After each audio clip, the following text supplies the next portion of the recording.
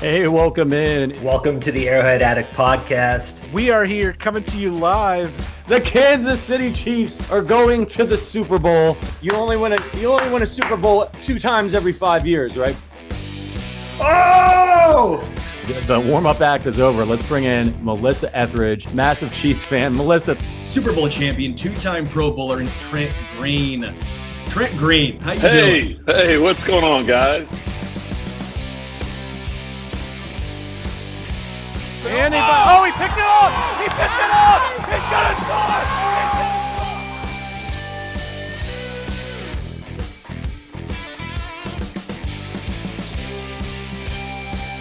And we'll see you next week. But until then, as always, go Chiefs. All right, welcome into the Arrowhead Addict podcast, Thursday edition. Patrick Allen here with you as always to talk some Kansas City Chiefs football. We have an absolutely tremendous show for you today. Our last show in the Chicago studio here before we head to Las Vegas for a week of coverage on Radio Row because the Kansas City Chiefs are back in the Super Bowl. Very, very exciting show. Like I said today, we're going to have Jason Reid from ESPN and Anscape, also the author of Rise of the Black Quarterback. He's been on the show before. We're going to talk about Mahomes, talk about his legacy, the Chiefs. Is this a dynasty? Got a lot of great questions for him. So stay tuned for that coming right up after the read. And later, we'll have Price Carter from arrowheadaddict.com is going to join us, talk a little bit about the Super Bowl. We'll start looking ahead. And, of course, he's our draft guru over there at arrowheadaddict.com. So I got some questions for him about who the Chiefs might be picking, 31st or 32nd, which is good news for us. Before we get to Jason, just a heads up that DraftKings is offering a fantastic sign-up bonus ahead of the Super Bowl. If you place a $5 first bet on anything, you can instantly claim a $200 in bonus bets. You will also be rewarded a separate no-sweat single-game parlay every single day when you opt in. The best part is you receive both rewards even if your first bet loses. If you're thinking about joining DraftKings, make sure you sign up with our code Arrowhead. Using our code Arrowhead not only gets you these great bonuses, but it directly supports our podcast. If you've been considering signing up for DraftKings, make sure to use that code Arrowhead to maximize your first bets and parlays. This offer is only available to new customers who are 21 and older and physically present in a legal gambling state. Make sure to always gamble responsibly. Check out the episode description for the full terms to see if you qualify. Now, I'm pleased to welcome senior NFL writer at ESPN and Anscape and author, as I mentioned, of Rise of the Black Quarterback, a terrific read if you like the NFL, if you like history. If you haven't read this yet, it's been out for a little bit now. Make sure you grab it. It's a great read. Jason Reid joining us. Jason, how you been, my friend? I'm doing well, Patrick. How are you?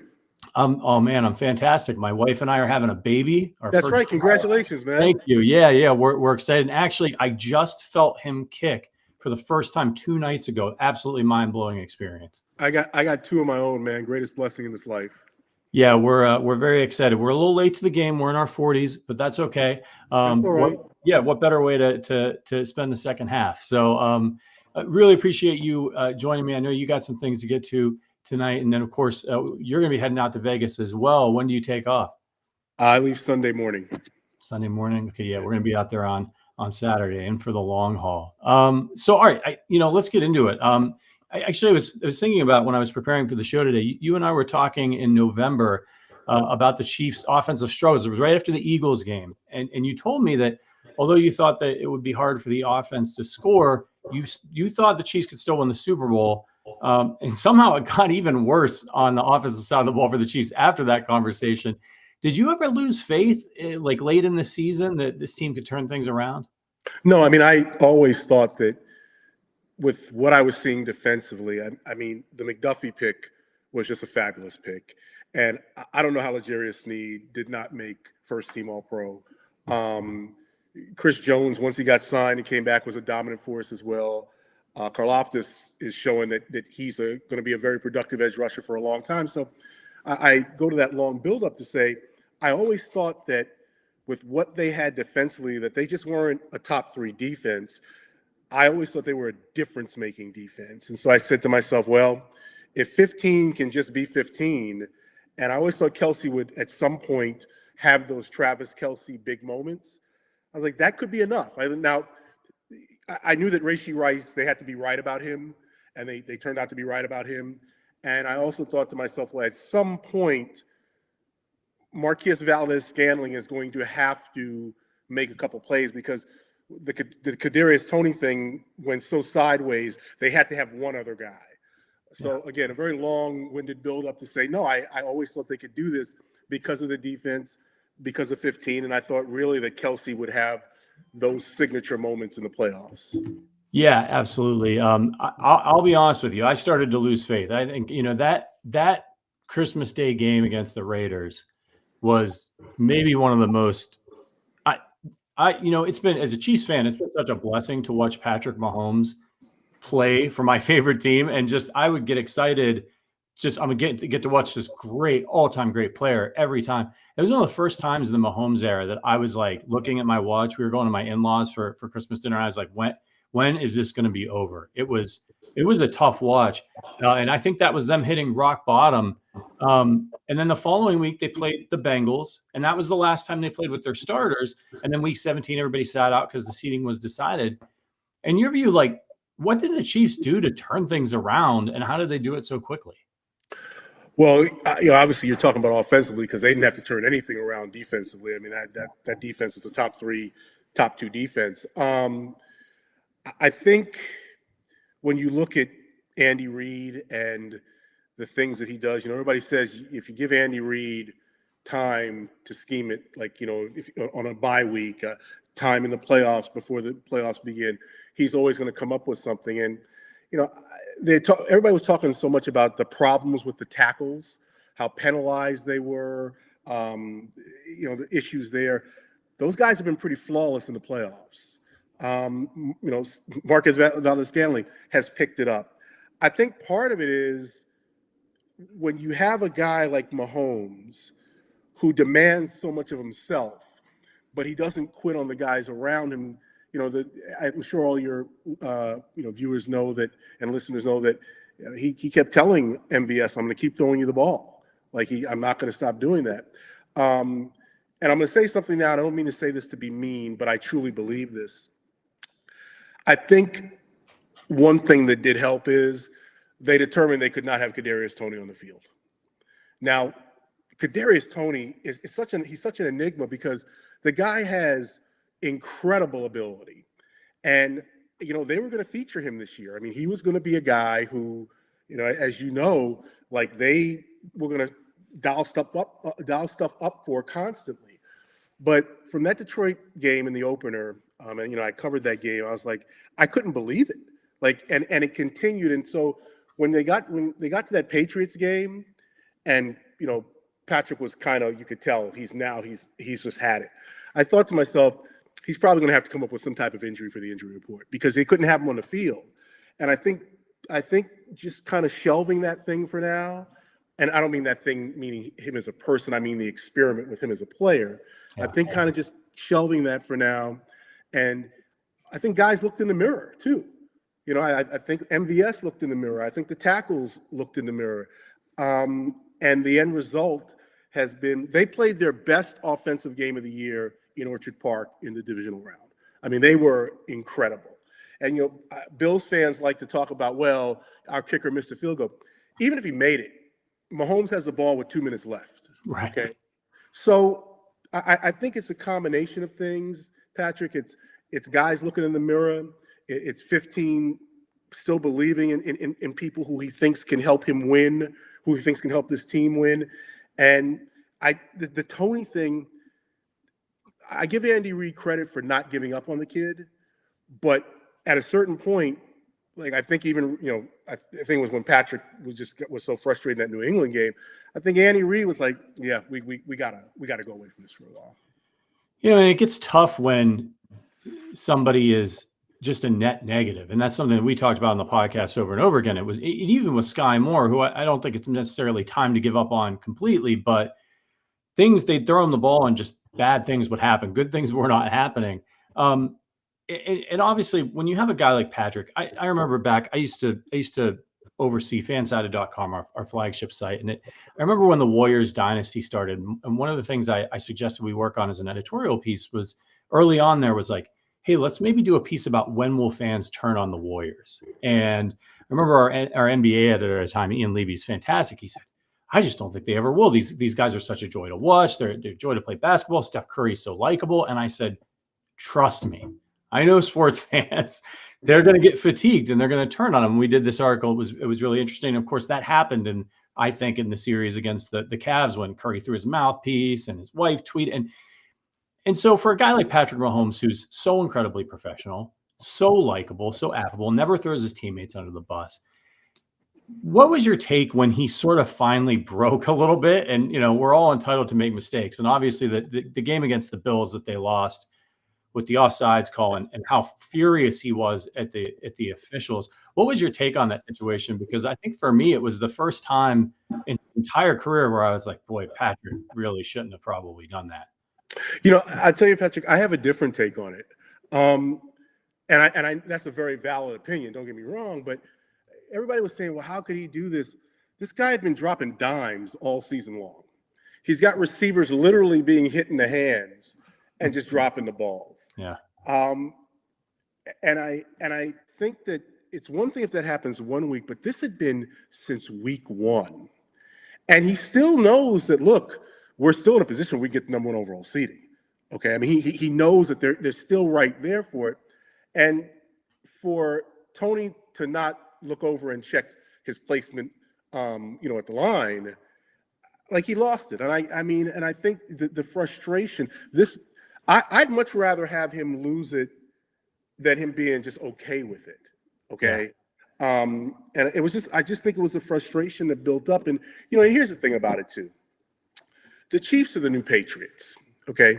Everybody, you go on social media, every other 31 other fan bases, they nitpick everything, they criticize.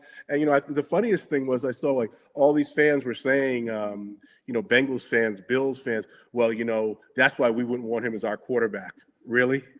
I mean, no offense to Josh Allen or Joe Burrow, but this guy is in a league of his own. And he lost it, and I get it. And, you don't want – and he apologized. It's a bad look for the kids, but that's the competitor in him. Yeah. Yeah, and I think, too, and we talked about it, that people have human moments. And especially a competitor like Mahomes or Steph Curry or Michael Jordan, they care so much. And I think that was also an instance where he probably wanted to tear into Kadarius Tony, and he couldn't. And so, it just ended up being directed at the refs. But I agree with you. You'd much rather have your guy out there who's living and dying out on the field than, maybe some of the Jay Cutler things we've seen in the past. So, okay. As the regular season ended, nobody really thought that the Chiefs would be going to the Super Bowl. Let alone they didn't think that they'd be going through Miami and then on the road to Buffalo and Baltimore. Is this, in your opinion, Patrick Mahomes' most impressive playoff run to date? Oh, no doubt. I mean, the narrative, as going into the playoffs was like, this is the worst Chiefs team. Yeah, they won the division for the 8th straight year, but they have no wideouts. Patrick Mahomes had his worst year statistically, which I kind of laugh at because if you factor in all those drop balls, he'd have had a pretty good year. And so, yeah, I mean, you talk about the best moments of someone's career. No one thought this Chiefs team would be in this position. And the fact that everyone was saying, well, they were going to lose in Buffalo, because Patrick had never played a playoff game on the road. They played their best game offensively. Then they go down to Baltimore, the number 1 team in the conference, best record in the NFL, this historic defense. Lamar Jackson's about to win his 2nd MVP. The Ravens just knew they were going to steamroll them. And then all of a sudden, the Chiefs go out in a surgical drive, go down and score 7. There's a busted coverage and a missed sack. The Ravens score a touchdown. Chiefs come right back. And, Patrick, you don't win a game in the first half. I mean, usually I understand that. But you can set a tone that can affect the rest of the game. Mm-hmm. And that second touchdown shook the Ravens to their core because all of a sudden they were like, wait a minute, we thought we were going to punch these guys in the mouth. They don't have any receivers. We got Lamar. And then you saw experience. So, yeah, I think it's his best playoff performance. And I know I'm very long-winded, so let me just add this. I picked them to win in each playoff game. And I got to make a pick for the Super Bowl. And, while obviously anything can happen, the 49ers are a great team and, they have, weapons everywhere. But I think if the Chiefs do win, they're going to win in a way where people will say, okay, this is one of the truly great teams of an era. Yeah, I'm with you there. So speaking of sort of legacies, before the AFC Championship game, you wrote an article on Anscape breaking down what you called a battle between the NFL's two best quarterbacks. After Lamar kind of had this uneven performance in that game, do you still think he's number two behind Patrick? And how much do you think losing this game hurts his legacy, at least in the short term? Yeah. Okay, so here's the thing. Joe Burrow is a more successful quarterback in the postseason than Lamar. Josh Allen is a more successful quarterback in the postseason than Lamar. And the Lamar thing is such a difficult discussion for me because I love what Lamar has done for the NFL and the city of Baltimore. And he is the best dual threat quarterback, with all due respect to Michael Vick and Cam Newton. He's the best dual threat quarterback in the history of the NFL. And he is going to win his second MVP award. And because he's going to win his second MVP award, I look at the NFL right now as I looked at the NBA when Michael Jordan was at the top of his game. Patrick might not win the MVP every year, but he's the best player in the league. Okay. Yeah. But this year, Lamar is going to win the trophy. And after that game, I got to be honest with you, I said to myself for the first time, there's a legitimate question that the Ravens need to ask, because you can talk all you want to talk about, well, Peyton Manning had a rough start in the playoffs and, it doesn't happen quickly for everybody. But no one questioned whether in late January, could Peyton Manning pass the ball effectively. He may have made mistakes. He may not have had his best game. But the question now is, with all Lamar's unique gifts, and he has improved in the pocket a lot in the regular season, but we're not talking regular season. The playoffs are a different beast. Yeah. And I think it's a real question now. And I do think, I don't know about legacy because he's still a young player, and he is going to win.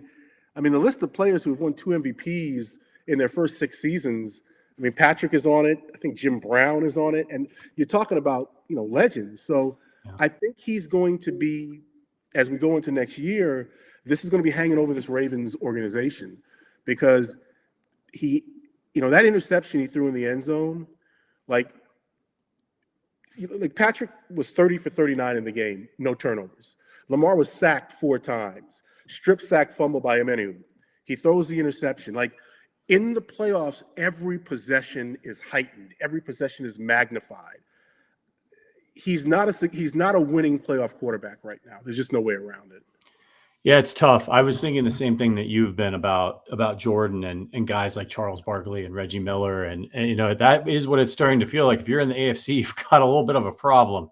And his name's Patrick Mahomes. I love Lamar. He's one of my favorite players in the league to watch. If there's going to be a season where the Chiefs can't get it done, I'd love to see Lamar play in a Super Bowl. I think it would be awesome, and we'll see. But it's definitely a question hanging over those guys. All right. So speaking of Mahomes' legacy, where do you think he ranks among quarterbacks all time right now?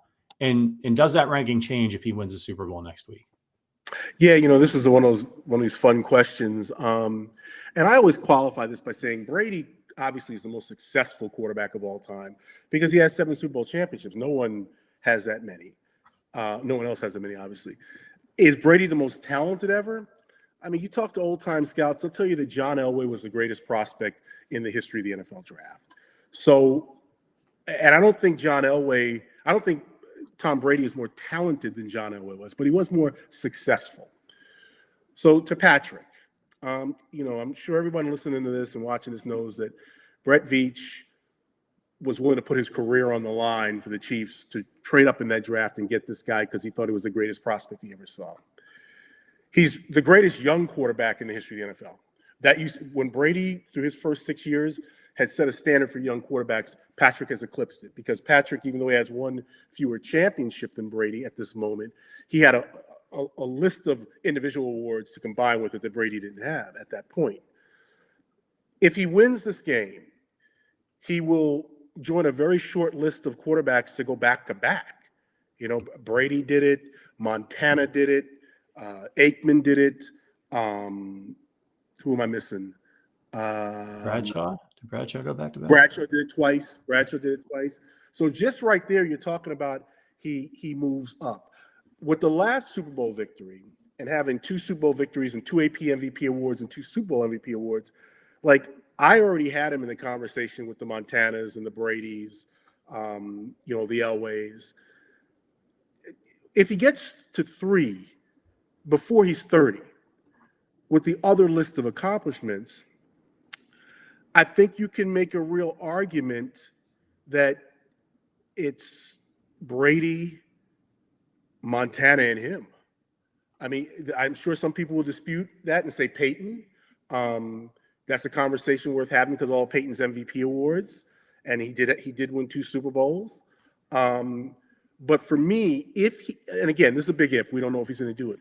But if he goes back to back, especially in this era of free agency where it's so hard to keep these teams together, I think for me, it would be Brady, Montana, and Mahomes. Yeah, I'm with you. And I think if you want to put Manning ahead of him because of the longevity thing, fine. But I think if he gets the third one, for me, he jumps him because if he just plays out the string of his career and doesn't win another Super Bowl, I think he ends up passing him. Okay, couple more for you, and then we'll let you get out of here. So do you consider this Chiefs team a dynasty right now, or do they need to win that 3rd Super Bowl? I think they need to win the 3rd one. You know, I would have a different feeling about it if the offensive line hadn't been decimated in that Super Bowl against the Buccaneers. Because if their offensive line is intact, I mean, the offensive line they started the season with, and I think they win that game, and then they would have already gone back to back, and they would already have had 3. So my feeling would be different about it. I think they need to win this one, and if they win this one, I think then yes, we can legitimately talk about a dynasty because I just don't think fans understand, you know, when the 49ers were winning those Super Bowls and the Steelers were winning those Super Bowls, you didn't have to contend with free agency the way this thing is now and the salary cap and guys leaving left and right. I mean, look, not to jump the card here or anything, but, you know, the Chiefs are going to have some big decisions to make after the Super Bowl. You know, Snead is a free agent, Gay is a free agent, and then the biggest one of all, you know, the big guy in the middle. Yeah. So, yeah, I think if they win this one, I think they're legitimately a dynasty if they win it. I'm with you. I think obviously they're an AFC dynasty. What they've done is incredible, but for me, it's about 3. You get to that 3 in a truncated point in time, and I think you've got it. All right, last question for you, and I don't want your full on prediction because I'm hoping to get that next week on Radio Row if you come through. But what's your early read on this Super Bowl? Do you think the Chiefs should be underdogs in this one? I think the Chiefs like being underdogs. I think it's a position Patrick really loves to play for because, you know, Patrick is a very petty person. And I mean that in a good way. He's petty like Jordan was petty, where every little slight, actual or just imagined, he uses it for motivation. So, yeah, let's do this on Radio Row next week with my prediction. But let me just say what I'm thinking right now. I'm hearing all the chatter that I heard last year about how this defensive line is going to overwhelm the Chiefs' offensive line. Now, that Eagles defensive line was incredible. I think they had like 76 sacks. They didn't get 1 sack in the Super Bowl, so that's that. I'm hearing about all of the 49ers' weapons, and, you know, Christian McCaffrey is great, and I get that, and Brandon Ayuk and Deebo Samuel, and, you know, obviously they have a fabulous tight end, and, you know, Brock Purdy, he's shown he's a very good football player. He's a very good quarterback. And Kyle Shanahan is one of the great offensive minds in the game. So I'm hearing so many things in a very similar fashion to what I heard last year about how Nick Sirianni was going to, you know, scheme it up to confuse, you know, Spags and all that type of stuff. I find it not funny because people have to analyze this. You know, it's going to be a week to talk about this stuff. But you know, I think the Chiefs was trying to find a way to muddle through. Yeah, I think so too. The coaching advantage, I think, gets missed with them so often with Reid and Spagnuolo. Like, they're so tremendous, and they always have a great game plan. They almost never get blown out in any game. And if it's close and you've got 15, I'm liking your chances. Jason, really appreciate you joining us. Again, make sure you check out Jason's book, Rise of the Black Quarterback. You working on anything, by the way? You gotta follow up anything on the Potentially. I'll tell you about it if it comes together. Okay. That would be great. That would be great. Jason, safe travels, my friend, and I will see you next week. See you next week. Okay. Thank you. That is Jason Reid from, again, you can see him as a senior writer, ESPN.com, Anscape, Rise of the Black Quarterback. Can't say enough about this book. It's if you like NFL history, if you like context, if you like, a different way to appreciate this tremendous amount of incredibly talented black quarterbacks that we have right now in the NFL that we get to enjoy, and more on the way, understanding that it wasn't always like that, and the history that some of the guys that blazed the trail for guys like Patrick Mahomes, Lamar Jackson, CJ Stroud. Check it out. It's a good read. Okay. That was awesome. If you're watching on YouTube, this is the Arrowhead Addict podcast. Do me a favor, hit that like button. Let's get some more Chiefs fans in here to talk football. Now, as I mentioned, we are going to be on Radio Row next week. We'll get the whole schedule out to you guys soon, but you can look for us on our regular show days, Tuesday, Wednesday, Thursday. We're going to be doing content there. Sterling Holmes and myself will be on Radio Row, but there's going to be a ton of content on Fansided in general. So we're not going to have we may not have our normal show times here at Arrowhead Addict. We may be more in the afternoon, early morning, because we get up there, we set up shop on Radio Row at like 8 o'clock, and then we're there. People are coming through all day long. Okay. So we do unified coverage with Special Olympics down there. It's really awesome. We're going to be with our Special Olympics correspondent, Malcolm Harris Gowdy. We worked with him last year, Verderam and I. It was great. He's going to be back this year with us. So he's going to be with Sterling. And if you are around here, you should know that Sterling also hosts our Stacking the Box channel. So they'll be doing Stacking the Box live from Radio Row. Malcolm, Sterling. They're going to have a lot of really great guests coming through. So you're going to want to check out, if you're not subscribed to Stacking the Box, make sure you're subscribed to Stacking the Box on YouTube. Then we'll do the Arrowhead Addict show. We've got a lot of people coming through. Nick Lowry is going to be coming by. We're going to be interviewing Dan Marino. We're going to be interviewing Jerry Rice's son. So we got a lot of really good guests lined up for you already. It's just going to be an extravaganza of coverage all week long. And then on Sunday, Malcolm and myself will be at the game. So we'll work out our post game. I probably won't be on post game because I'll be at the stadium, but I might get in late like I have in the past. So just make sure you're locked in here at arrowheadaddict.com, Arrowhead Addict's YouTube channel, so we can get you all the coverage from Las Vegas. Like I said, I'm leaving on Saturday morning, and I'm going to be there until Monday after the Super Bowl. And hopefully I'll be waking up on Monday a little bit, feeling a little bit hungover or something. All right. Now we're going to get on to our next guest.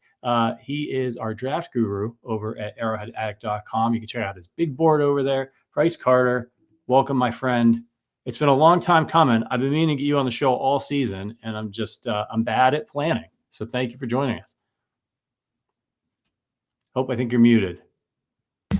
Well, it's the perks of getting to play football into February, right? Right. Like a lot of teams have been talking draft, honestly, since September. And we get the advantage that we have football going all the way into February. So I'm more than happy to wait. It's a privilege. Yeah, man. You got a little setup going on over there. You set up your own studio. What's going on? Well, I work from home, so this is my usual backdrop for meeting with people and stuff as well too. So, when you work from home, you got to kind of make your office feel like an office. So, thankfully, it's great to be working from home. I love it, and fortunately, I haven't been able to come down here very much. I broke my ankle about a month ago, and then we just had our newborn a week ago. So it's been a crazy couple of weeks here at my house, but it's good to be down here, and it's good to be podcasting again. Hey, congrats on the newborn. What'd you have? Baby girl this time. She's healthy. She's beautiful. She's tiny. She's like barely. She's not even 6 pounds yet. So she is itty bitty. But it's been great and really fortunate that she gets to get here and see an AFC championship. Yeah, man, I'm with you. What number is this for y'all? This is number 2. My kids are like insanely lucky. My wife, I filled up her shot cup with water whenever the Chiefs won in 2019, the Super Bowl, because we had just found out we were pregnant with my son. And so my son has just been like, AFC champion or Super Bowl champion almost every year of his life. And now my daughter gets to join in on it. So pretty lucky. Yeah, man, that's absolutely amazing. You might have heard when I was talking with Jason, my wife's 22 weeks with our first, probably our only, and got to feel him kick for the first time 2 nights ago. I was telling Jason, I've seen a lot of really cool things in my life. That one I'm not going to forget that moment. She's been feeling him for a couple weeks now, and he wasn't playing ball with me. And they get shy like that, like stage fright. Like they say, "Oh, feel my belly," and then you feel it, and then they stop. Yeah, they're very much like that. But congrats to you, man. Yeah. Piece of advice: you're never ready. Like that's the thing I would say is like you're never ready for the first one. You're never ready for the second one. But when they're here, you're growing, you're learning with them. They say, your parents are growing up in front of your eyes as you're a kid. It's very much true. So don't waste a bunch of time stressing. And when the baby's coming, just when they're here, be ready, be happy, and just enjoy it. That's really there all is to it. Not that I have it all figured out by any means. Oh, I appreciate the advice, and I may be reaching out for more, I'm sure. I'm pretty good at winging it. And like Matt Verderam and I were talking on the show a couple of weeks ago, and we were sort of agreeing that we know all kinds of dopes who manage to raise kids and not get them killed. So feeling pretty good, feeling pretty good about it. We'll roll with the punches. Well, let's get into some Chiefs talk, man. So I wanted to ask you, I sort of asked a similar question to Jason.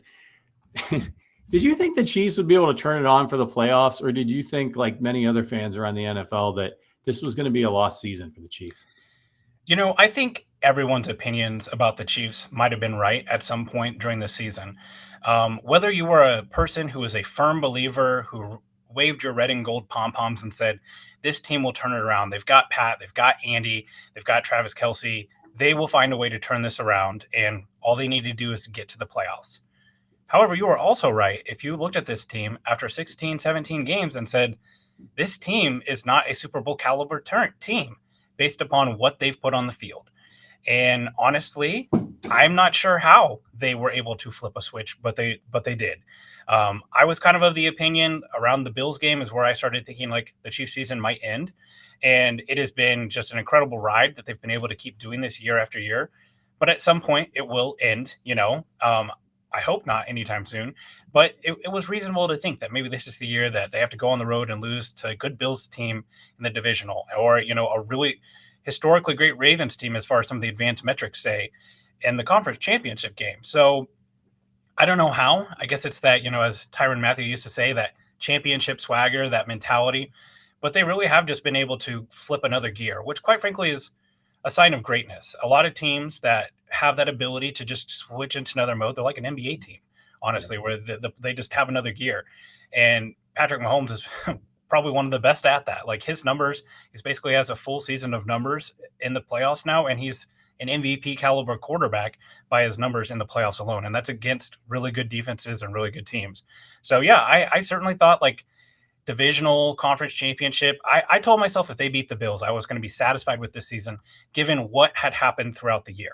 I had higher hopes than that when the season began, but after seeing the full season, that's about where I was. So everything's just gravy from here on out. Agreed. I was more nervous for the Bills game than I was for the Ravens game, because I kind of expected that they could beat Miami. I mean, they had done it in the regular season. Miami was really banged up, but the Bills game was the game that where my faith from the regular season performance was wavering. When they won that game, I had a healthy respect for the Ravens, and I thought the Ravens certainly could beat us. But I also felt like, you know what, man, like they're okay. Like they can win. Like they can beat the Ravens. Like I don't think there's any team they can't beat. If they don't turn the ball over and if they don't get horrible penalties, they can beat anybody. And when you look back on the regular season, like they were in almost all those games. I mean, the only game I felt like they really got worked pretty bad was against the Packers, and they still even had a chance to win that one.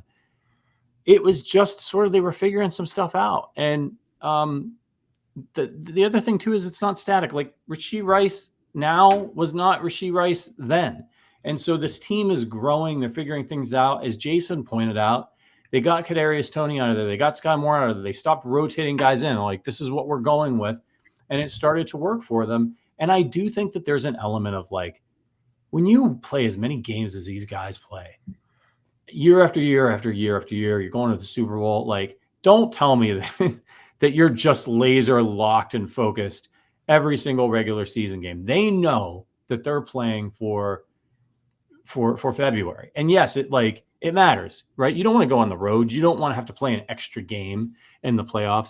But at the end of the day, they're right back where they were supposed to be. And I kept saying throughout the season, and people thought I was a little bit nutty, that I felt like the Chiefs still had the best team that Patrick Mahomes ever had because of the defense. And because I was looking at what they did last year, and I'm like, they're not that far off from that offense. It's mostly the same guys. And it looks like it's bearing out. So it's going to be fascinating to see. But like, you're a big draft guy. How did you feel about Sky Moore and Rashee Rice coming out respectively? And are you surprised at how their careers have turned out so far? Yeah, I think when it comes to Sky Moore and Rashee Rice, I think you get the perfect spectrum of what a second round wide receiver was. It's very interesting to kind of see how the pendulum has swung on both of them. Rashee Rice, when he was thought about around this time last year is when his draft stock kind of started to fall.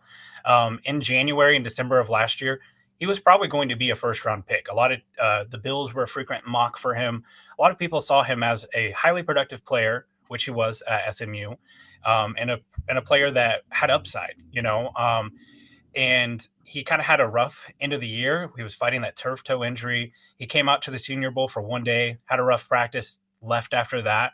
And the fall kind of started there with him. And it was surprising a little bit to see kind of how the draft media reacted to the Chiefs selecting him. There was a lot of talk of, this doesn't make sense. This isn't a fit. This feels like a reach. And I will be honest, too. It wasn't my necessarily pick at that certain slot. I rathered Cedric Tillman out of Tennessee, who has done fine, but certainly not as good as Rashee Rice. But to the credit of the Chiefs, they took what the prospect of Rashee Rice was, and they really molded it into something much different. They saw his run after the catch ability and his athleticism and bet on that rather than the type of player he was at SMU, which was more of a contested catch, go up and get it type of player. And credit to them for seeing that ability. And, again, some of the fall of Rashee Rice throughout the draft process was a lot of people were thinking this was a guy who was about 6'3", 210 pounds, 205 pounds, and it said he's 6 foot. But that ability for him to turn, catch the ball, and get up to full speed right away. I mean, he gets downhill really fast and obviously very dynamic with the ball in his hands. Yeah. Then you had Sky Moore, and Sky Moore kind of he was like the hipster coffee shop. People started to really like him throughout the draft process. He went to a small school, and his tape looks great because he is an elite player at that level. He was dominating players at a lower level of competition. And obviously with Sky Moore, one of the big things was you were hoping that he could play inside and outside. He wasn't billed as a slot only player. Quick releases off the ball, great large hands. That was one of his big things, is that he had a great catch percentage, which is kind of ironic given how this year has played out for him. Yeah. And you were betting on the trait and that release. However, when the Chiefs drafted Sky Moore, a lot of people really praised that, especially because they traded down there, which most of kind of draft media really loves. They got a lot of credit for that pick. And then, so it's kind of funny. It was like the Gordon Ramsay, come here, beautiful child, versus you donkey. When they draft Sky Moore, it's oh, you beautiful child. But when they draft Rashee Rice, it's you donkey. And it's actually worked out quite the opposite, right? Yeah. Sky Moore, I come back to this. There is no trait that he has that I feel right now is a dominant wide receiver trait. There's not one thing that he does, size, speed, route running, releases, separation, run after the catch, any of those things that he does that I feel are a true dominant trait that he can go back to. Rashee Rice, you see it. You see the run after the catch, the physicality, and then those other things, the route running, the catch point, those type of things, they will come along in time. So the good news is Sky Moore, I'm not just going to completely wave the white flag and say that he's done here and doesn't have a future here, but I think that they need to go back to the drawing board on what his role is. And hopefully Rashee Rice's emergence will kind of allow that to happen next year. Yeah, he's definitely going to have to fight for any playing time next year. He's not going to be, this year obviously was kind of de facto in. They were expecting him to take the leap, didn't happen, and they're going to make some changes to this wide receiver, and it'll be interesting to see how it plays out. And you're right about Rashee Rice, man. He's got some juice. I mean, he just jumps off the screen at you, and when he gets that ball, he's like a Madden player with I feel like he's fast, but like I don't feel like he's not like Tyreek Hill fast, but when he gets the ball, he's like one of those Madden players that has like 99 acceleration and like maybe like 90 speed, and sometimes I like playing with those guys more because you get you away from defenders, and then it's and you talked about a little bit about the Chiefs exceeding expectations here at the end of the year. A lot of that credit has to go to Andy Reid and the offensive staff. There's a lot of old coaches. Bill Belichick's probably not going to have a job this year. In fact, he's almost certainly not going to. Yeah. And he is stubborn. He does things his way. The Chiefs, Sam Ehlinger for the Kansas City Star kind of broke this down really well. Right about the Raiders game, they started looking at the rotation of the players, and they also looked at how soon they were getting the plays in. They were doing all these motions that they always like to do to identify coverages, but they were basically snapping the ball with 1 second left every time, and it was just not giving Pat enough time to read the defense. Andy, Matt Nagy, those guys, they've been willing to make changes on the offense. It's basically the Holy Trinity now, right? Rice, Pacheco, Kelsey. That's the offense. And then just throw in a little sprinkle of MVS or someone else. And they've given Mahomes more time to read the defense, get the play calls in there early, and it's working. For a senior coach who has lots of championships underneath his belts and, is a lock Hall of Famer, that's huge. And I think that's what, keeps Andy Reid as a coach who hasn't just become this old curmudgeon that no one wants to keep around, right? He continues to evolve, and that's special. Yeah, you could argue that they did it for way too long. And we talked on this podcast the week after the Detroit game, which I was at in person. And so you get a better view of like those personnel groups coming in and out and in and out. And I was like, this seems like it's too much. And but to Andy's credit, some of these coaches go down with the shit, man. Like they are not changing. They're going to run. If they're playing Mahomes, they're going to blitz. They don't care if he torches them because that we blitz and that's what we do. And there's a lot of hubris involved. So credit to Andy and Matt Nagy for the changes. Well, speaking of disappointing receivers, Kadarius Tony, has he played his last snap for the Chiefs? And considering his role in the Super Bowl last year, do you consider the trade for him a success or a failure? Yeah, man, he's not making it any easier to keep him on the roster. I've kind of said for a long time, I don't think that Sky Moore and Kadarius Tony are both back next year. I think one of them is gone. You look at them as far as assets and what they are. Sky Moore probably has more value. He's a younger player, and he also has more contract left as far as controllability as a cheap player. Kadarius Tony obviously was a top 20 pick, and his draft stock will kind of always hang around his neck. You see that with a lot of players. That first round pick label, they'll get more chances than other players will. But I'm having a hard time seeing it with Kadarius Tony. Part of it is we've seen Andy Reid do this with players who have much bigger names than Kadarius Tony. He benched LaShawn McCoy halfway through the season in 2019, basically told him he was done because of how he carried the football. He's done this with several players. The problem with Tony is they gave him a huge opportunity. He came in last year, and I remember thinking when he got hurt in the Bengals AFC Championship game, man, this stinks. Like this is one of our best players, and he truly was. And he's come in with, a Hall of Fame coach, a Hall of Fame quarterback, and a huge opportunity where they were running around describing him as wide receiver 1 in the offseason. And he's done nothing with it to seize that opportunity. And then we're going live on Instagram when apparently me and him had a kid a couple of days apart. I think he had a kid that day. And he's giving this profanity-laced message about how he wants to, he's not really hurt. He makes it really hard. The talent, you see it. I mean, there are times when he has the ball. We've all seen the play in the Super Bowl. He's incredible when he has the ball in his hands. But the problem is that it's hard to get it there because he drops it and he doesn't run real routes down the field. So I think that the Chiefs have desperately missed a player who is a viable option on those jet sweeps. McCole Hardman, he's clearly not the player he used to be, and he's not as effective at them. Tyreek Hill's not here anymore. Kadarius Tony was a player that fit that role, but he's just not found success with it. And then, of course, there's also he can't stay healthy. If you're trading to Kadarius Tony, it's hard to see any team giving up a whole lot more than like a 6th or 7th, and it might not even be for this year. It might be for later. But he does have that 5th-year option, which is valuable to teams. to be able to, if he does blow up, they can have the extra year of control. I personally kind of still consider the trade a success. I know a lot of people sit there and look at the pick and see a third round pick. That was pick 100. It was very, very late in the third round. The Giants turned that that pick 100 into Darren Waller, who effectively did nothing for them as well. The Chiefs had a lot of draft capital. These are kind of the swings you're allowed to take when you have a lot of draft capital. Anytime you get a chance to get a player on their second year, still on the rookie deal, it was a top 20 pick, I don't necessarily have a problem with it. I would consider it a success, and because it's just hard to take away those two plays that he made in the Super Bowl. Corn dog, I mean, me or you might have been able to make that play. Probably not, but he was so open. But that punt return, there's very few players who ever could do that. At this point, though, I wouldn't mess with the rotation. I don't think you should suit up on Super Bowl Sunday. Yeah, man, it's worth the hell with the draft picks. He helped us win the Super Bowl. I don't care. That's it. I'd have given a first-round pick if I knew that was going to be the outcome. And when you're Brett Veach and you're hitting, as you mentioned, when you have a lot of draft picks, and also you hit on so many late round draft picks, you give yourself a little bit more of a margin of error to take those kinds of aggressive moves. It didn't work out, it looks like, in the long term. In the short term, it won a Super Bowl, and as Brian Windhorst of ESPN was fond of saying after the Cavs won their championship, winning a championship means you never have to say you're sorry. And I don't think that Brett Veach has to apologize when Kadarius, was it an ideal outcome? Probably not. But in the short term, he helped them win the Super Bowl. And that's Brett Veach's job, is to win Super Bowls. So, and they're back in it this year. And a good way to look at it, too, it's kind of like head coaches. If you fire your head coach and they get another job in 5 minutes, it's probably a good sign you shouldn't have fired your head coach. Yeah. If Kadarius Tony goes to another team, you're likely not going to be that worried about Kadarius Tony on that roster. The boom or bust factor there is very low, in my opinion.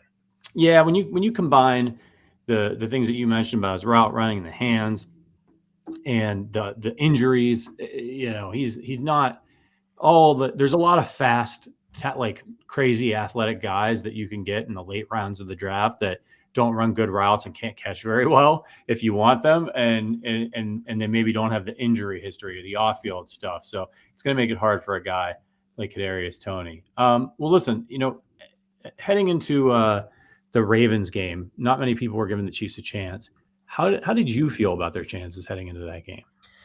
I will have to be called to the carpet here and fess up that I did pick the Ravens in our weekly selections piece. Honestly, I just thought that the Chiefs' offense had benefited from playing two really banged up defenses, and this defense was just much different. And I guess, honestly, my analysis of that wasn't wrong in the sense of they scored 17 points and they basically did nothing in the second half. But the factor that I discounted and should not have is how good Steve Spagnuolo's game plan was against Lamar Jackson.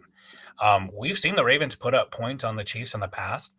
Most of the matchups that they've had in the regular season, Lamar Jackson's been able to score a little bit. The Chiefs have usually been able to score a lot more, and it's been a higher scoring affair.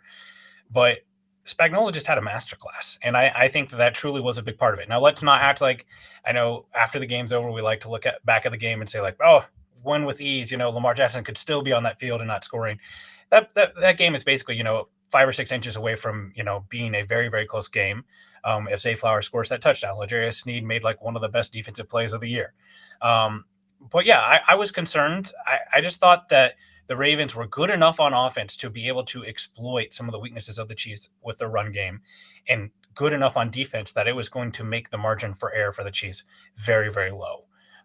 So I was truly impressed by Spagnuolo's game plan, and I thought the Chiefs did a great job of going at them early.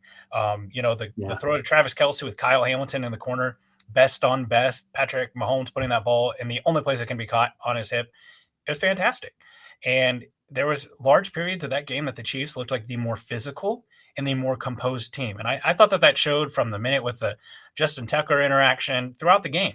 The Chiefs, it very much reminded me of the Super Bowl against the Buccaneers. You had Tom Brady, Rob Gronkowski, a very experienced veteran team who knew how to push the buttons of the Chiefs. Chris Jones and Tyrann Mathieu both got personal fouls in that game that really hurt them. The Chiefs kind of pushed their buttons. They knew what to do. And to their credit, they're the team that has that championship DNA, and they took advantage of it. Yeah, and I do think, too, in that game, credit the Ravens defense are incredible. I think the Chiefs, once they got that 2-score lead, they know who they've been on offense this year, and they know and they knew that defense was so good that they weren't going to chance it. And so I'm actually like, when I think back about that second half, even though it was frustrating, the second they needed a play, they get a 30-yard bomb to Marquez Valdez-Scantling of all people. Like, I think if Flowers had scored and Legarius Sneed didn't make that play, I do think the Chiefs would have had a good chance of going down and scoring a touchdown immediately. They would have opened things back up.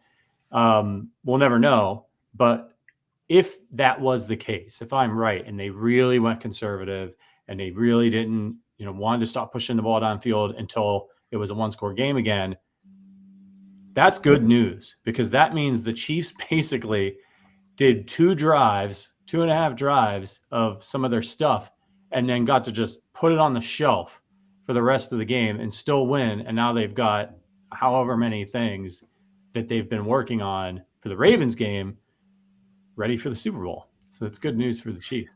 Yeah, and I mean, if you look at that game too, this was true of the Bills game as well, and the Dolphins game a little bit. They're about 2 or 3 plays away from blowing that game open, and they're about 2 or 3 plays away from blowing that game. Margin for error in playoff games is always really, really close. I thought that they did a really good job of managing the second half and having trust in that defense. And credit to Patrick Mahomes. Lamar Jackson, if you listen to the mic'd up version of the AFC Championship game that NFL Films does, when they go up 14-7, Lamar's saying on the sidelines, we're going to score on every drive. We got to score on every drive. Like, that's the mystique of Patrick Mahomes and Andy Reid. They felt like they had to go out and score 21 points in one drive. And frankly, that wasn't true. And they probably could. Like, if Lamar goes out there and plays his game and the Ravens offense runs the ball, it's probably a much closer game, or they have a better shot at winning it. But instead, they're trying to turn him into prime Dan Marino, dropping back and throwing the ball over the place. And look what happened. It sucks because I think Lamar Jackson has grown a lot as a player, but going into this game, if you could have had Lamar the passer be the predominant use of the Ravens offense, you would have been happy instead of Lamar the runner or the running game with the running back. So again, Spagnuolo lulled them into that, and he did a great job. All right, what were you thinking when Patrick Mahomes threw that ball and on the third down play at the end of the game, and it went up in the air? And I mean, I know what I was thinking, which was, holy shit, he's taking a deep shot. I can't believe he's taking a deep shot here, because that had gone wrong for them all season long in similar situations. But then when the camera panned down and you saw number 11 perched under that ball, walking backwards, what was going through your mind? I honestly thought that this was a DPI attempt, because he was kind of stumbling down and I didn't quite see the number. So okay, here comes the call. This is the Taylor Swift call, right? That everyone's going to whine about for a week later. And I mean, I swear I've seen Tom Brady, other quarterbacks, Peyton Manning, lead so many game-winning DPI calls down the field. I honestly thought it was going to be DPI because of his fall. And the way that the ball just kind of lollipopped in there, I didn't know that he caught it for a second. And then I see him get up and he has the ball in his hand. I was like, the audacity, the testicular fortitude to be able to throw that ball in that moment. Honestly, it reminded me way back when last year the Raiders came into Arrowhead and they had a 4th and 1, and they threw a whole shot all the way down to Devontae Adams. He scored a touchdown. It kind of reminded me of that. It felt like, gosh, I wish the Chiefs would do that every once in a while, where the teams think and run, stacking the box, and they just go over top. And I just couldn't believe it. But MVS is becoming playoff Frank Clark, where he's just a different player in it. And I think now he has his confidence back, which is huge. I think he's kind of got over some of that stuff that was inside his head. Thank God for that. I hope the confidence is back too. That was not an easy catch, and credit to him. Took a lot of shit all year and it was deserved, but he's shown up for them in the playoffs. Listen, man, I asked Jason this. Are the Chiefs a dynasty right now, or do they need one more ring? Oh, it's really tough. It seems like the consensus around all of sports is that it takes 3 rings to do it. Here's what I will say. In my view, I think a dynasty is a team that you cannot go without talking about when describing a certain era of football or sports in general. Unfortunately for the Chiefs, the way that their kind of dynasty or run has gone so far, it's fallen over 2 decades. So you don't get to say the 70s Steelers or the 90s Cowboys. They're kind of in that late teens to early 20s when their run really started. But it's impossible to talk about the NFL and this stretch of the NFL without talking about how dominant the Chiefs have been. especially whenever you consider they're about 2 plays away from going to 5 or 6 straight Super Bowls. Now they're also probably 2 or 3 plays away from only going to 1 or 2. But to me, they are, if you could argue, you have a very good argument to say that they are a dynasty already, especially whenever you consider the fact that of how many different ways that they've done it. Like, if this was still Travis Kelce, Tyreek Hill, and it would be a little bit different, but they've done it with defense. They've done it with great drafting. I'm going to lean towards they are already there, but it would be nice for this third ring to come through and then just remove all doubt. I don't think that anybody, unless you're just the biggest hater, can look at it once they have 3 rings and have gone to 5 that you could say like, oh, they're not a dynasty. Yeah, it's absolutely. If they get a third ring, it's slam dunk dynasty. There's no arguing it. I think you can make an argument if they don't, that it's not quite there, but you're right. It depends on how you define it. And they have certainly defined this era of NFL football, win or lose. Okay. Let's talk about the Super Bowl for a minute here. What's your take on this 49ers team? Is this a good matchup or a bad matchup for the Chiefs? Oddly enough, I know that the Lions probably are the lesser team as far as what we saw on the field and kind of just who they are as a team.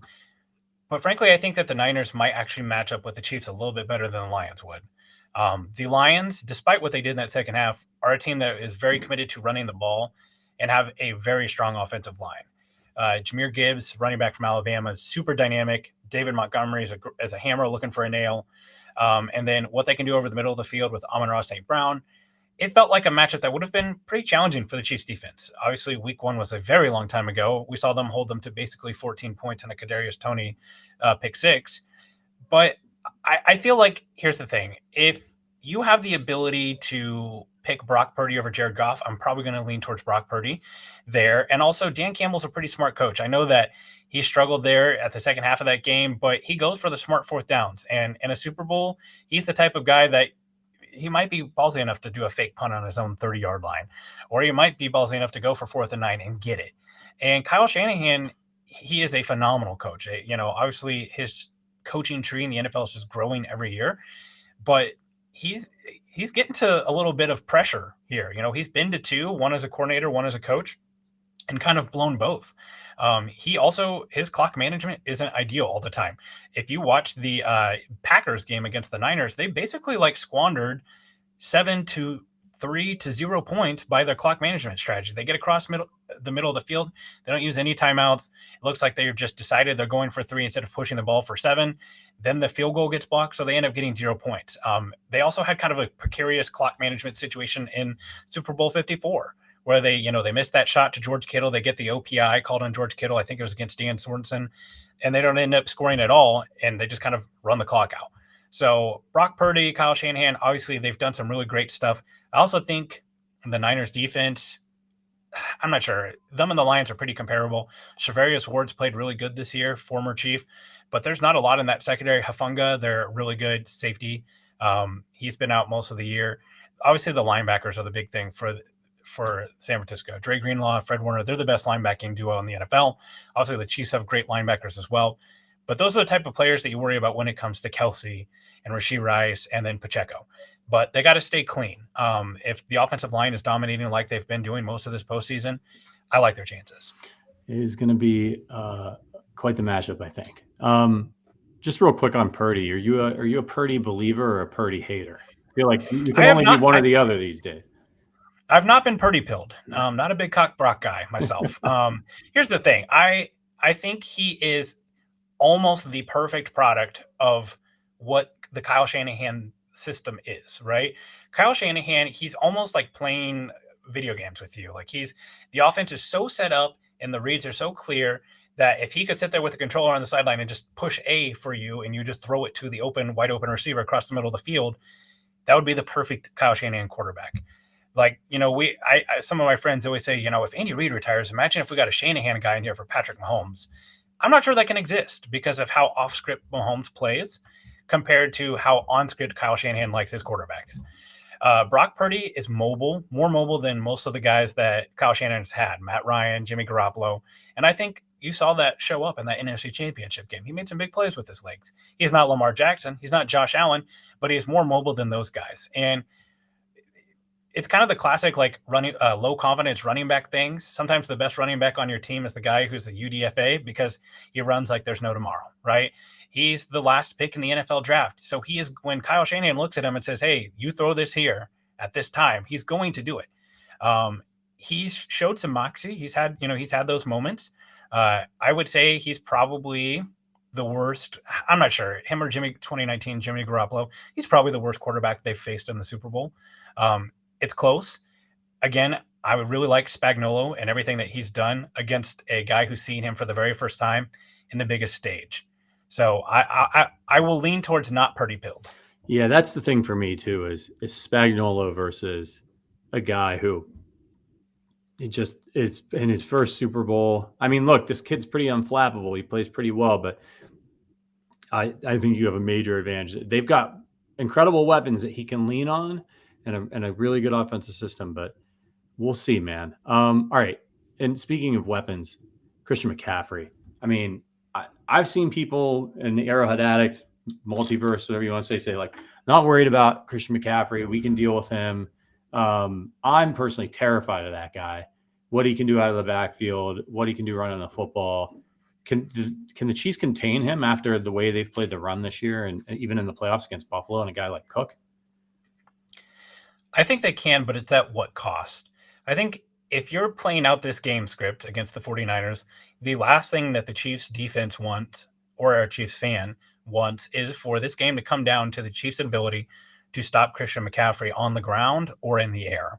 The Bills, honestly, are probably the way that game played out against the Bills. Honestly, might be a good kind of comparison to how this game can play out. The Chiefs basically had to really step up the run defense in the second part of that game. They almost turned Josh Allen into like early stage Alex Smith, dinking and dunking down the field, and he threw a few deep shots, and none of them were caught. If one of those gets caught, we might be having a very different conversation right now. But Christian McCaffrey, I think the thing that scares me the most about him is him out of the backfield because he is so dynamic with the ball as a pass catcher. That's a place that Nick Bolton struggles at times. That's a place that they've missed Willie Gay. Drew Tranquill is obviously better in there, and then Leo Chanel. If they can get them in heavy personnel where Leo Chanel is on the field, that's a place that he doesn't excel as well. So this could be a big Drew Tranquill, Willie Gay game. It sounds like Willie Gay's neck is healing, and he should be good to go. But yeah, I mean, you don't want to be in a situation where Kyle Shanahan's run game is the difference between you winning or losing a game, because Kyle Shanahan is going to have a few plays in this game where you go back and watch, and you're like, wow, he just got them. Like, that's wide open, and they can do a lot of things with the run game. They run that outside zone, and they can use Deebo Samuel in there as well too. He's great with the ball in his hands. If you go back and watch that Super Bowl 54, obviously that was Deebo's rookie year, but I mean, man, he's electric as a runner of the ball as well. So he's a dude for sure. And the only thing that I will say is McCaffrey doesn't have breakaway speed. His vision is great, but the Chiefs have been so good about pursuing runners down the field.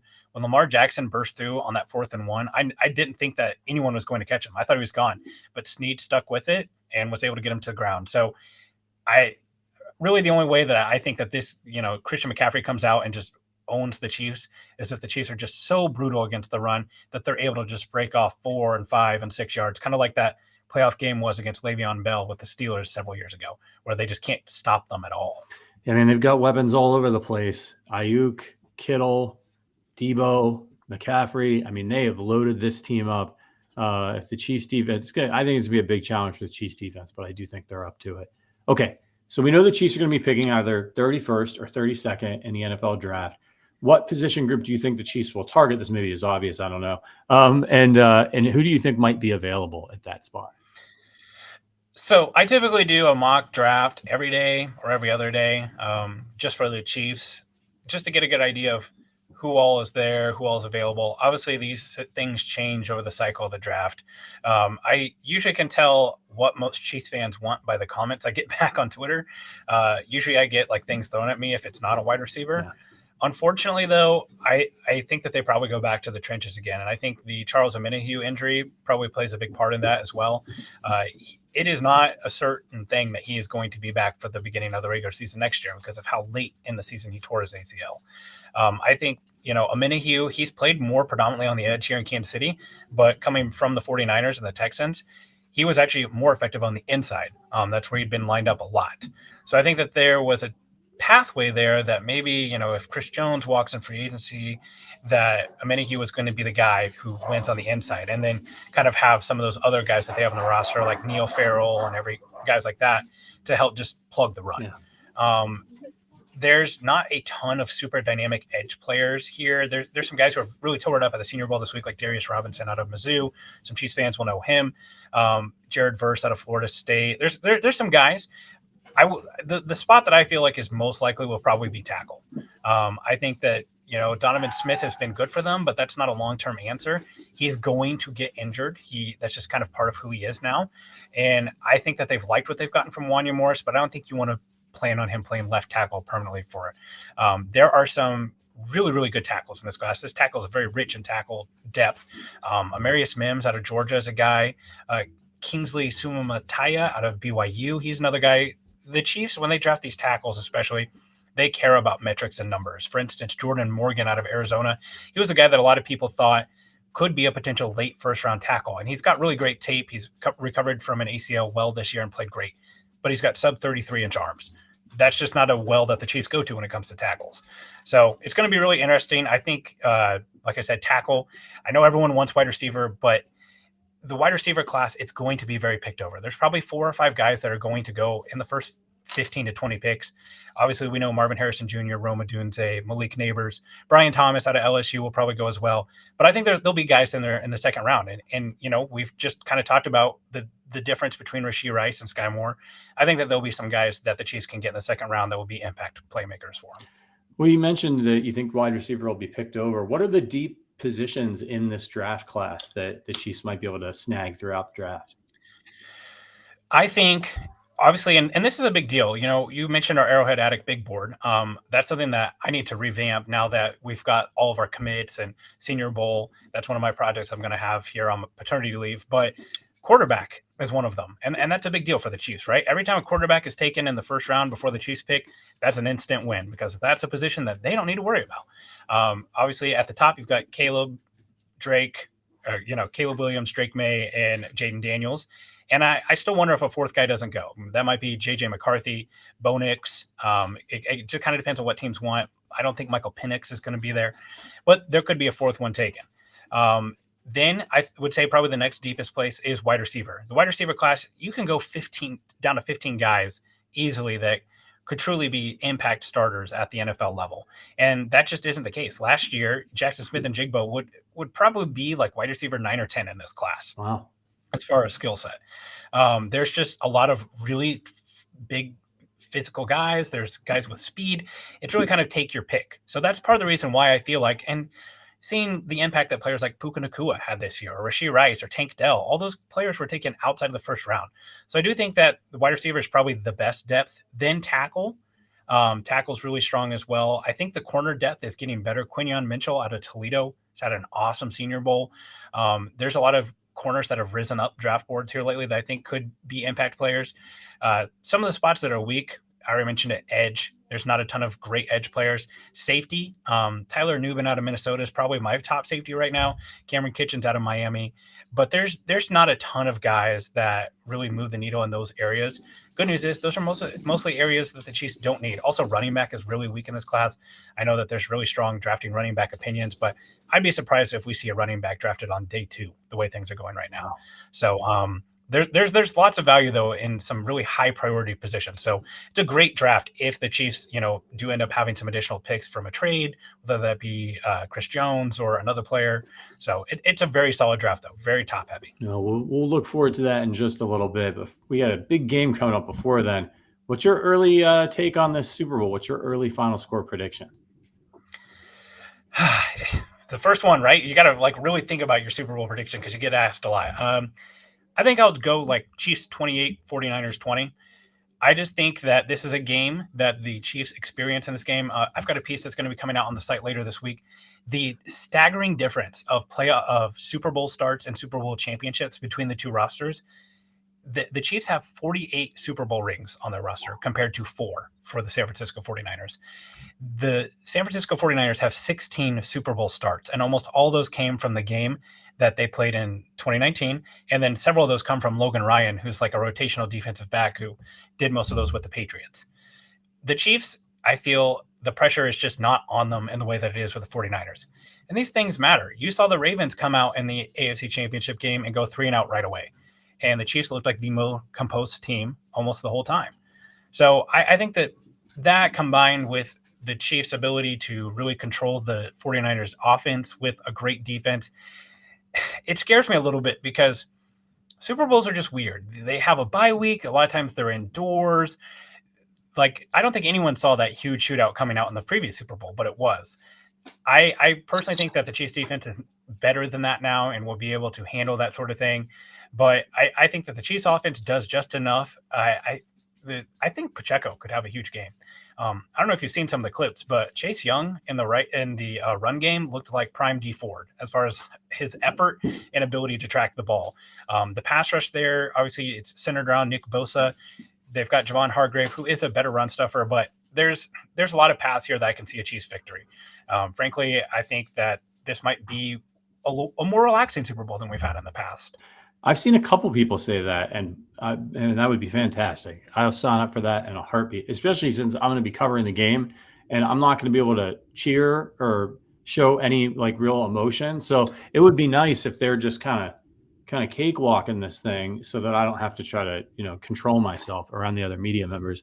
All right, we're going to get to Patty's power rankings in just 1 second before we get out of here. But if you're watching this for the first time, it's the Arrowhead Addict podcast. Do us a favor. Make sure you're subscribed to our YouTube channel. You guys have been subscribing to our YouTube channel like crazy, so I know there's a lot of new folks out there. You're amazing. Check out the link in the description. We're not just a podcast. We're a website. It's arrowheadaddict.com, where Price works. We can get a bunch of really great takes and information and news and analysis on the Chiefs. And then, of course, we've got memberships. So if you want to support the show, if you want more Chiefs content so we can bring guests like this on and do things like go to the Super Bowl for you and cover it, check it out. It's a great way to support the show, but also become part of our Chiefs fan community. A lot of our regulars are here supporting us in the chat every single week. We have a private Discord. We have happy hours, fantasy football leagues, sometimes in-person events. So make sure you check it out if you want to support the show. Okay, Patty's power rankings. This one is a fun one. I don't know why it never occurred to me before, but now that we're back in the Super Bowl, I think it's even more apt. And I think it's a really challenging power rankings. So let us know in the chat your rankings. But Price, I asked you to rank for me and start from 4 and go to 1, the Mahomes-led Chiefs Super Bowl team. So there have been 4, 2019, 2020, 2022, and 2023. How do you rank these teams? Well, I think 4 is probably a lock, right? It's definitely the team that faced Tampa Bay 2020. It was more than just the offensive line. Obviously, Mitch Schwartz, Eric Fisher getting hurt were the nail in the coffin. But that team was leaking oil on defense. They kind of had been all year. They were getting older. You saw, especially like Anthony Hitchens and some of those guys, they struggled throughout the year. And honestly, that offense just became so reliant on Tyreek Hill and Travis Kelce. They were a dominant regular season team. And I honestly think a lot of that was in part due to the pandemic. That was the year that they ran it back and brought a lot of those guys back. So there was a lot of continuity, but the Bucs basically dared the Chiefs to let McCole Hardman and Sammy Watkins take over that game, and they wanted no part of it. So that's definitely the worst. This gets tough here. I think, is it blasphemous to say that it's this year for number 3? I think, that the Chiefs have a certain formula right now. And if something happens in the Super Bowl, let's say, they get on offense, bad snap goes over Pat's head, goes to the back of the end zone, they're down 7-0, they go 3-and-out again, and they're down 14-0. I feel that's a really hard Chiefs win, because then they're chasing points the whole time, and that's just not a place that they've been very often. Certainly not wishing for that to happen. The defense is obviously the best Pats has ever had, and it's fantastic, but they still have limited ways to win. So that's going to be my third team. My second team, I'm going to put as the 2019 champions. And I went back and forth with that. And the reason is you've got a much younger version of Tyreek Hill, Travis Kelce, Chris Jones, obviously great tackle play on that team with Mitch Schwartz and Eric Fisher. But that defense, it was not nearly as good as some of the other teams have been. And also you look at what the construction of that roster was. A lot of those kind of were free agents. That defense was basically built through free agency besides Chris Jones. And then I'm going to put last year's team at first. And most of that is due to the continuance of the following year, right? I understand Juju's not here anymore. There's some other players that aren't on the team that walked in free agency. But a lot of that team laid the foundation for this team next year, especially whenever you consider what they were being able to do, especially for a young defense in their first year. I think it's Benjamin Solak at The Ringer has said that he was in the locker room for the Chiefs after they won the Super Bowl last year, and a defensive back, he didn't name who, but one of the defensive backs looked at the other and said, "Can you believe we just won the Super Bowl and we don't even know this defense? Can you imagine how good we're going to be when we actually know what we're doing?" And I think we've seen the results of that this year, right? So I'm going to put that team, especially because the 2022 Super Bowl team, they were a team that were able to mold who they were around what defenses were doing to them.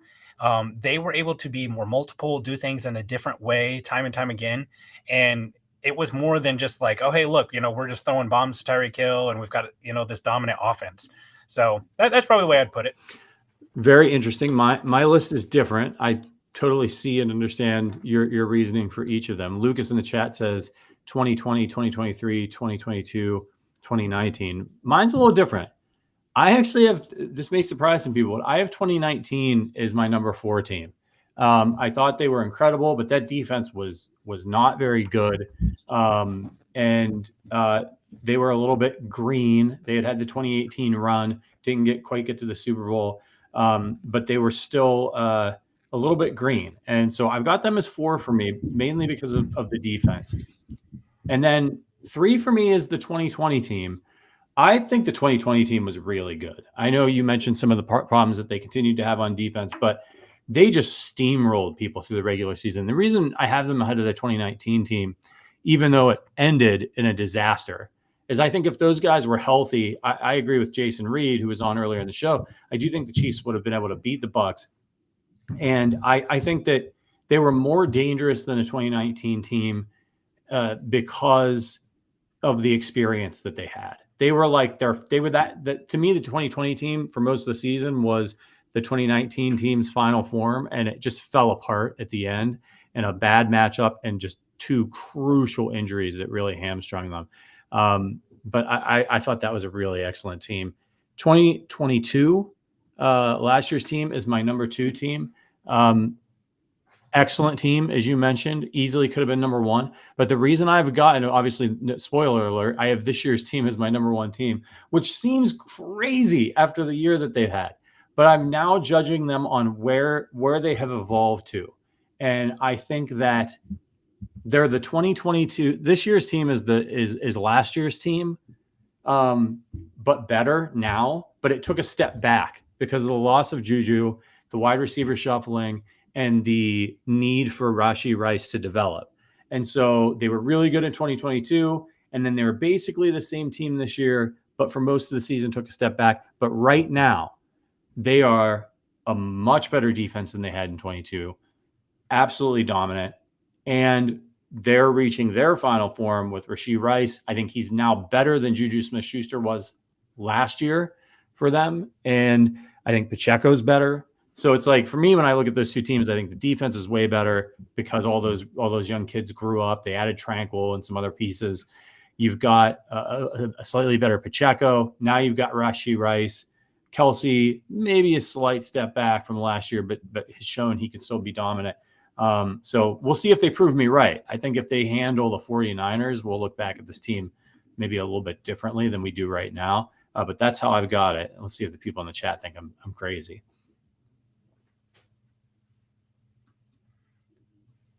I'm not getting any shade yet, but there's a slight delay. Yeah, I like this 2020. I said it all year that I thought it could end up being the most talented team that Mahomes has had, and or at least most complete, I guess. And I think one thing to your point is, and we'll get into roster construction about the team next year, and it's a lot easier to build a dynamic offense around 2 or 3 players, right? The 49ers are kind of that offense. They have a free quarterback as far as the salary cap goes. Yeah. And they've got 2 good wide receivers, a great tight end, and a great running back. That's basically it, and a good left tackle. The rest of their offensive line is not very good, and the rest of their depth pieces are not that great. Building a great defense, it is tough. there are multiple pieces, because you will see, they call it like the Shanna-scope, right? Like Shanahan, he is able to find your worst player in the secondary and just spam that player. It is a weak link system. So for that reason, this defense being what it is and being so multiple, that they were able to lose, Nick Bolton for a period of time. They've lost Brian Cook for most of the year. They lost Charles Omenihu. They've been able to, and they've lost him kind of twice, right? The ACL and the suspension at the beginning of the year. And they've still been able to be this dominant. I think that just speaks lots to Brett Veach, especially how well he's built this roster. Mike Edwards, Drew Tranquill, those were guys that a lot of people didn't really think about signing. They got, basically 1 year, nothing deals, and they've come in here and made an impact. So yeah, I think to your point, in some ways, this is the most refined roster. And this is also the best version of Patrick Mahomes we've seen. There are years, if you remember the way that the AFC Championship game ended against the Bengals, when he threw in a double coverage to Tyreek Hill, after the game, he said, I threw it to Tyreek Hill. I thought he'd go up and make a play. He didn't, and I'd throw it again. Well, that's not really the right answer as far as the results go. And I don't think Patrick Mahomes does that anymore. He realizes that sometimes not making a play is just as important as making a play. And I think he even had to take part of this year to learn that sometimes punting is the right play, because he doesn't have to score every time he has the ball. And definitely at times in the past, you did feel like, man, if he doesn't score every time they have the ball, they're in trouble. Now he knows that the defense can pick them up and lift them up. And he probably learned throughout the course of the season that a lot of their problems stemmed from not necessarily the fact that their offense was stagnant at times, but that their offense was doing damage to the team. They were in negative plays that were making it harder for the team to win as opposed to easier. And that's what we've seen from him in the playoffs is I'm taking care of the football. And that's, again, I think the second half of that Ravens game, he was like, I am not turning this ball over, man. Like, I am not taking sacks if I don't have to. I am not turning this ball over. We were winning by 2 scores. Our defense is fantastic. We do not need a play where I try to force something and somebody tips the ball up to one of these defensive backs. It's just not going to happen. And if I need a play, I'm going to get a play. And if you saw the mic'd up version of that, he was saying right before that third down, give me the ball. Give me the ball. Let me throw it. Let's not hand it off and punt it back. And he made the play. Price, this has been awesome, man. Thank you so much for coming on. Like I said, it's been a long time coming. You need to head over, everybody, to arrowheadaddict.com. You can read Price's work. He's got a post up there right now, I think, in the featured area from today. Check out the big board, which I threw in the chat, and read arrowheadaddict.com every day for all the great writers over there who are going to get you ready for the Super Bowl. Special thank you to Jason Reid from ESPN and Anscape. He's going to stop by Radio Row next week and join us as well. To producer Richard for keeping us rocking and rolling. And, of course, to all of our members for your just constant support of the show. We've grown like crazy in the last month, quickly approaching 50,000 subscribers on YouTube. It's very humbling. So we thank you all. This is it, everybody. We will see you. The next time we see you, we'll be in Las Vegas. So thank you again for all your support. See you in Vegas. But until then, as always, go Chiefs.